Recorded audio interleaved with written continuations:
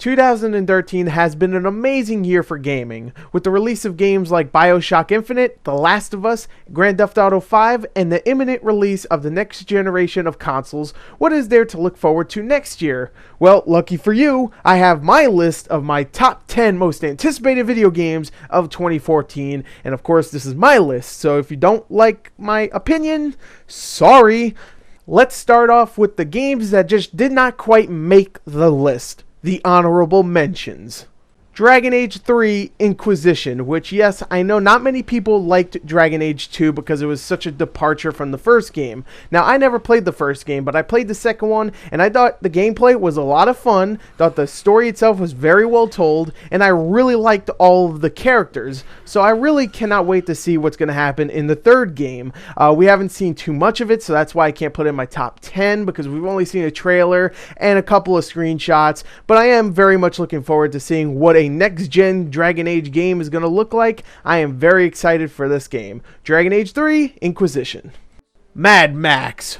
Ooh boy, I love me some Mad Max. The original films are some of my favorites. Mad Max, The Road Warrior, Beyond Thunderdome. Hell yeah, even Beyond Thunderdome I like. Sorry. I really cannot wait for this game, especially since it's made by the guys that did Just Cause 2. So I'm really excited to see what they're going to do with an open world post-apocalyptic game that is way different from Just Cause 2's tropical, beautiful looking island. Also, I really want to see if they're going to get Mad Max right. Of course, it's not going to be Mel Gibson portraying him. It's a video game after all, and he's definitely not going to do a video game, that crazy son of a bitch. But I am really looking forward to seeing what's going to happen with this game. So far, the trailers look pretty damn good, even though they don't look amazing. That's why it's not in my top 10 right now. I am still very much looking forward to Mad Max, the video game, made by Avalanche Studios. Let's see how good it is. Mad Max. Plants vs. Zombies, Garden Warfare. When I saw this game at E3, I thought it was so cool. What a great idea. Take Plants vs. Zombies and make it into a competitive multiplayer game that's, somewhat similar to something like Team Fortress, except it's third person and you're playing as plants and zombies. But I was really looking forward to it. The trailer itself was very energetic, very fun. The gameplay itself looks awesome. Graphically, it looks beautiful. I am really excited to play this game, but I'm also a bit skeptical of its release date because it's supposed to come out in early spring, and I hope that does not mean that it gets overshadowed by some of the other bigger games coming out in spring. But besides that, I am very much looking forward to Plants vs. Zombies Garden Warfare. But now let's get into the meat of it with the top 10 most anticipated games of 2014. My opinion, not yours. Number 10. Professor Layton versus Phoenix Wright. Now, if you do not know, I'm a huge fan of the Phoenix Wright games. The cases themselves are challenging, the characters are extremely likable, I would even say lovable, and the writing itself is very odd but very funny. So I love Phoenix Wright, I really do. I've actually kind of grown up with the series since 2005. So when I heard there was going to be a crossover with Phoenix Wright and another game series that I've actually really wanted to play, Professor Layton, I thought that was a great combination. It is currently out in Japan, but it's coming out in the US next year, and I am very excited. I have seen trailers and I have seen gameplay, and it looks pretty damn good on both fronts. I cannot wait. So, Professor Layton versus Phoenix Wright comes out next year, and I am very excited for it. That is my number 10. Number 9. The Evil Within, which is a brand new survival horror game coming out next year, published by Bethesda Studios, and it is directed by Shinji Mikami, the guy that brought us Resident Evil, Dino Crisis, Resident Evil 4, a bunch of great games. So I am really excited for this. This most likely will be a very scary game. I've seen a lot of trailers, especially the first trailer that was shown, which was a live action trailer, really scared the crap out of me. But all the gameplay we have seen so far looks amazing. Graphically, gameplay wise, and of course atmosphere wise. It looks great. So I cannot wait to get my hands on The Evil Within. I cannot wait to get within the... Screw it. I'm really looking forward to playing this game. The Evil Within is my number 9. Number 8.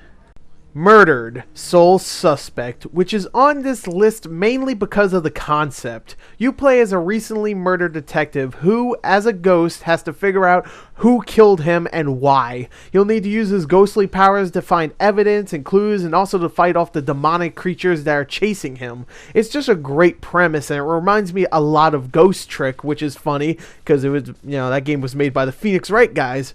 The visual style reminds me of an old noir movie, and the main character looks straight out of one. The story is interesting, and I love games where I need to find evidence and clues just to figure out a crime.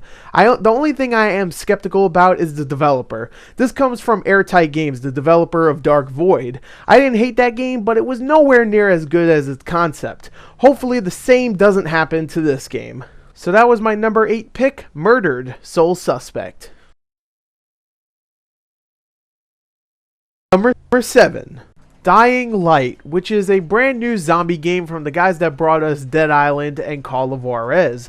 I thoroughly enjoyed my time with both Dead Island games, even with the problems, and this seems like it'll be just like those, except maybe a little bit better. The game's combat looks very much like Dead Island, but the new addition here is the parkour, where you can actually free run on buildings and stuff to get away from zombies. I also like how they're presenting the story here. You play as a guy who just, is trying to survive, and you have to go and find little crates of food and stuff in the environment while fighting both humans and zombies. I love that. There seems like there's a lot of choice in this game. The graphics look great. The parkour looks very much like Mirror's Edge, which is, in my opinion, the best parkour game out there. And it just looks like it's a great combination of both of them. It looks like it could be a lot of fun. And to the people that are like, oh, another zombie game, you know what? I love me some zombie games. You give me a zombie and I will kill it every time you give me one. I love me some zombies. Woo! But of course, I'm skeptical about it having glitches. Hopefully it doesn't. But anyway, this game looks awesome in my opinion. Dying Light looks great, and I cannot wait for it next year. That was my number 7. Number 6. Halo on Xbox One. Like zombies in video games, if you give me a new Halo game, I will eat it up every time. I have been a huge fan of Halo since the first one, and I still am to this day. We haven't seen much about this game besides an excellent CG trailer shown at E3 2013, so that's why this isn't much higher on my list, but hell, you can color me excited for it. Halo 4 was, in my opinion, spectacular and one of the best looking games of this current gen, so we can only imagine how good a next gen version will look. Continuing the story from where Halo 4 left off will be a treat for anyone that loved the ending to 4 like I did. Well, at least hopefully it will be a treat. Don't let us down, 343. Please don't. I will find you. So there's my number 6, Halo on Xbox One. Number 5. Watch Dogs, which not only was supposed to come out this year, but it was supposed to come out this month in November, but Ubisoft delayed it to make sure it is as good as it could be, and hopefully that's as good as the game looks in its multiple different trailers and gameplay demos. Watch Dogs looked amazing in 2012 when it was first announced, and a whole year and a half later, the game still looks absolutely gorgeous and very inventive with its open world gameplay. You use your cell phone to manipulate the environment to your whim, and it looks absolutely enthralling. The world feels alive, and the gameplay looks like it could be a blast. Could this be the game of the year next year? Perhaps. Perhaps. But anyway, that was my number 5, Watch Dogs. It still looks phenomenal. Number 4. Destiny, the new game from Bungie, the creators of Halo, which, speaking of worlds that feel alive, is an open world FPS that will feel very much alive because of its random situations that will happen in the world and its MMO elements implemented in the game. And from what I have seen, the game looks absolutely astonishing with beautiful graphics, amazing set pieces, and a world that does indeed feel alive. And I got all that from one long 15-minute gameplay demo I watched on YouTube. I mean, it looks incredible, and Bungie had to prove themselves after making the Halo games, some of my favorite games, and I believe they have the right thing to do just that. Destiny looks gorgeous, entertaining as all hell, and inventive. I cannot wait to play this game next year. Oh boy, next year is going to be nuts. So anyway, there you go. There's my number 4, Destiny.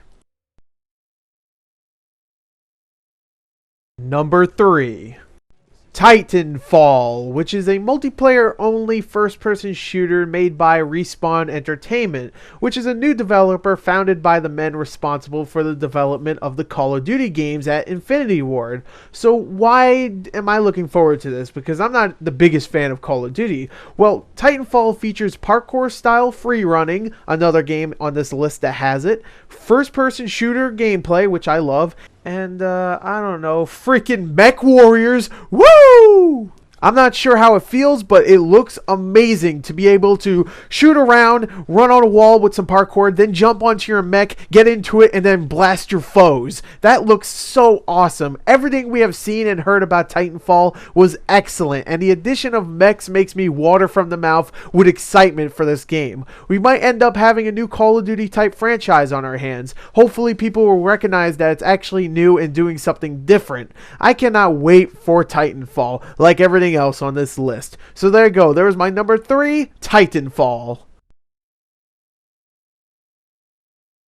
Number 2. Infamous Second Son. With minor frustrations aside, I thought Infamous 2 was an excellent game. It had great gameplay, amazing graphics, a fantastic story with so many likable characters, and that ending, oh boy, that ending actually almost made me shed a tear. And everything they have shown about this game so far looks incredible. The graphics are definitely next gen, they look beautiful, the gameplay itself looks as fun and fluid as ever, all the new abilities look nice. The story seems very interesting and the characters look as lively and likable as ever, especially the main character, seeing that he's played by Troy Baker. And not only voiced, but they actually modeled Troy Baker to look like this character. So, I fucked that up. It's the other way around. But you know what I mean.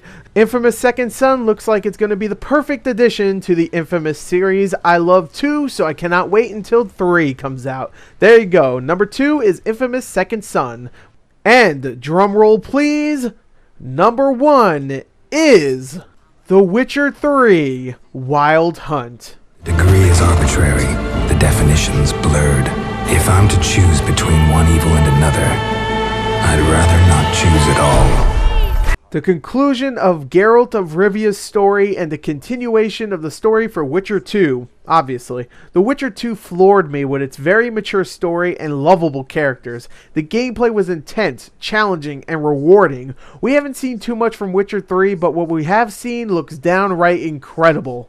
And yes, I know I have said that about plenty of games on this list, and they are all true, but this one really is incredible. The game features a world that is 20% bigger than Skyrim's, gorgeous graphics, and yet another world that feels living.